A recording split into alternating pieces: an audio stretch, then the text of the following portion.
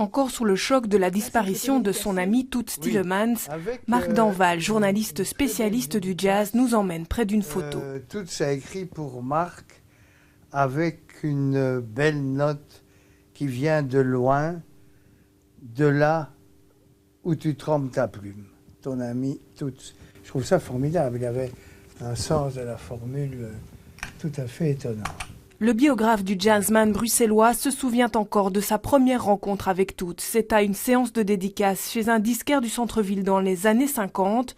Toots accompagne alors Benny Goodman, le premier jazzman à lui avoir fait confiance. Mais il y a une chose qui m'a fort épaté, c'est que quand il a été fait baron par le roi Albert II, puis il a été docteur honoris causa de 2 universités, ce qui ne s'était jamais vu. Je lui ai dit quand même, c'est formidable ce qui t'arrive, quel effet ça te fait?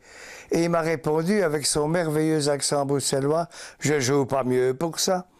Et je trouve ça une preuve d'humilité tout à fait extraordinaire. Cette humilité, le contrebassiste Bart Denolf nous en parle aussi. C'est son accompagnateur depuis plus de 17 ans. Ici, on est au Japon. C'est la tournée des clubs Blue Note. Donc là, c'est Blue Note Fukuoka. Enfin, c'est pas le club, mais c'est un petit restaurant. Parce qu'avec Toots, il y avait aussi le côté culinaire.